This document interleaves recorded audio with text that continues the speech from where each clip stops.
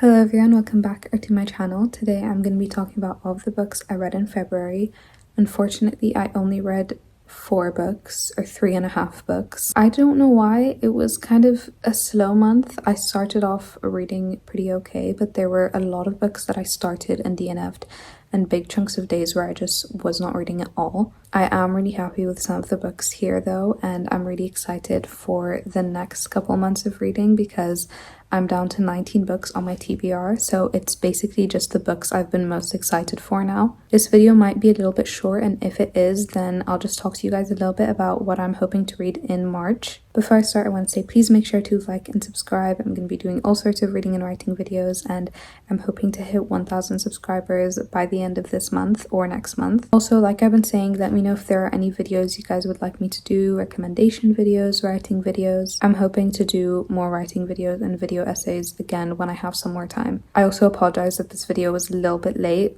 I have been so busy. Anyway, let's start with the first book of the month, and this was my second favorite. I really enjoyed it. Tiny Moons by Nina Mingya Pauls. So this is a non-fiction book about the author's year abroad studying in Shanghai, and she's Chinese and Malaysian, but she's learning about her own culture and heritage through the foods that she eats there. This was such a sweet book. Not only were all of the foods so yummy, but I felt the way she described her memories were so special, and the way she described her childhood and her emotions. It was a perfect little book. I finished it in one day.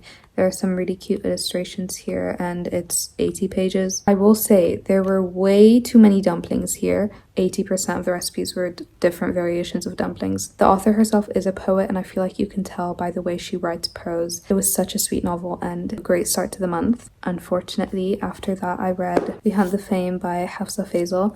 This has dust on the cover now. I am so disappointed by this. Disappointed is not the right word because I also got We Free the Stars, which is a second book. I got both books at the same time because I was so confident I would enjoy it. I was saving this book up as well. It was not good. I gave this 1 star. We Hunt the Flame is fantasy, maybe a high fantasy some would consider it. And we're following a girl who hunts for her town and her people, and then a boy who is the crown prince of this land. He is a very skilled assassin. I was so excited by this premise. Horrible, horrible, horrible. I'm sorry, I hated the characters. I hated the relationships. I did not think any of the reactions to anything were realistic at all. To deaths, to huge events, like it was so unrealistic that I was just cringing. There were some really weird scenes. There was no basis for their relationship. I could also tell when she was directly taking things from other franchises like The Hunger Games or Harry Potter or Pirates of the Caribbean. She literally has a compass that points to what you desire most. That's Pirates of the Caribbean. And then Hunger Games, they basically go to this big island thing and they're facing all these different challenges and trials. It was just giving Catching Fire. As much as I feel like some of the plots and storylines here had a lot of potential, and again the premise I think had so much potential, it just didn't do it for me and it felt very TikTok-y. Thank God I read this before buying The Tempest of Tea, or that other book that she's recently written, because I was with full confidence going to get it without having read these books. Now I don't know what to do with the second book because I'm definitely not reading it. Big disappointment. I was so saddened by this. After a major character death happened and the reaction was so terrible and unrealistic, I basically skimmed the rest of the book. The next book I read, and this is the last full book that I read in February, which was incredible, White Nights by Fyodor Dostoevsky. So this copy comes with 3 books, or 3 short stories by Dostoevsky. Obviously, White Nights, A Nasty Business, and The Meek One.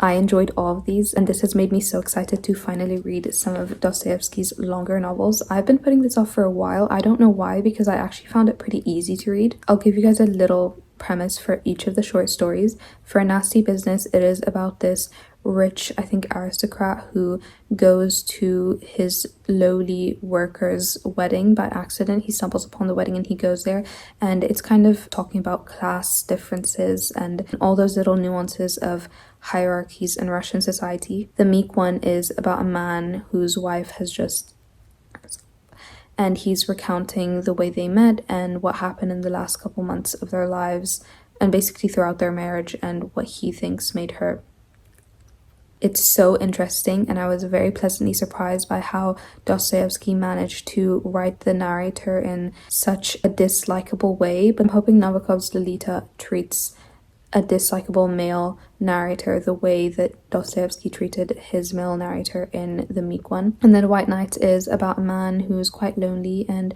one day he stumbles upon a woman and they start meeting at night. Very sweet. I don't think it was as depressing as a lot of people said it was. It was definitely sad, and I was definitely kind of heartbroken. I loved some of the quotes here as well, but I did find it slightly vague and confusing at times, and a tad bit predictable. But I still think it was such a dreamy story, no pun intended. This was a perfect little book, and I read it in 4 days, I think. Like I said, I found the writing actually really easy. I don't know if it was just the translation. This is a translation by Ronald Meyer. And the last book that I read in February, and this one I didn't actually complete, but I'm adding it here because I read 300 pages, half of the book, and there's no way I'm not counting that. The Three Musketeers by Alexandre Dumas. So if you've been watching my videos, you'll know that I said that I will be annotating this and filming an annotating vlog for you guys. And I still have clips of me annotating this book that I'm going to post next week as like an ambience. I did annotate it in depth, the first couple chapters. Three Musketeers, if you don't know, is about a young man from Gascon, a small town, who goes to Paris with hopes of becoming one of the king's musketeers, and his journey up there. Eventually, him and three of the main musketeers become involved in a plot where they need to protect the queen. I was actually enjoying the story, but to be honest, I just didn't really feel like there was a lot to analyze, and it felt slightly shallow at times. I think my last straw, what made me just not want to read this anymore, was how dislikable the characters were.